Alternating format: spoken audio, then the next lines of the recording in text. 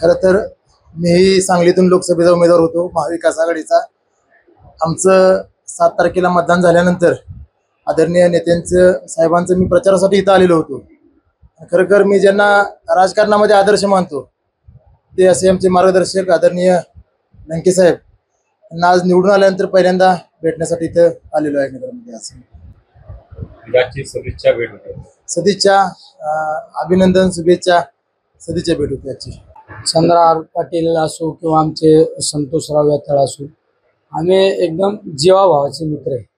म्हणजे आम्ही ज्यावेळेस आता लोकसभेच्या निवडणुकीला सामोरं गेलो आणि आम्ही एक 6-7 महिन्यापूर्वीच आम्ही मुंबईला असंच एकत्र असताना आमचं ठरलं की आपल्याला लोकसभा लढवायची। म्हणजे आमची एक वेगळी मैत्री, हे पक्ष पार्टीच्या पुढली आमची एक मैत्री आहे। त्यामुळं एका बाजूला म्हणजे कभी गम कभी खुशी असे झालेले आहे। एका बाजूला आनंद, एका बाजूला थोडा आम्हाला त्या निवडणुकीमध्ये दुःख सुद्धा पाहायला मिळाले। कारण मी इकडे या ठिकाणी विजयी झालो, पण आमचा एक जीवाभावाचा सहकारी चंद्रहार पाटील त्या मतदारसंघामध्ये काही फार मताच्या फरकाने पराभूत झालेले।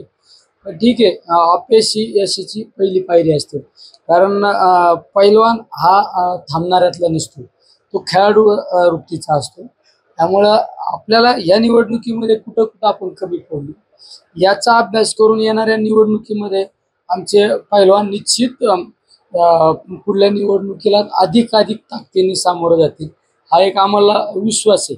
कारण आमचं एक वेगळं आपुलकीचं आणि प्रेमाचं नातं आहे।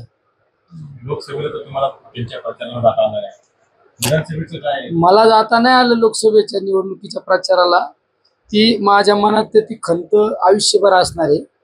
पण आमचे पैलवान माझ्या निवडणुकीत 7 तारखेचं मतदान झाल्यानंतर 8 तारखेला माझ्या प्रचारात सक्रिय होते।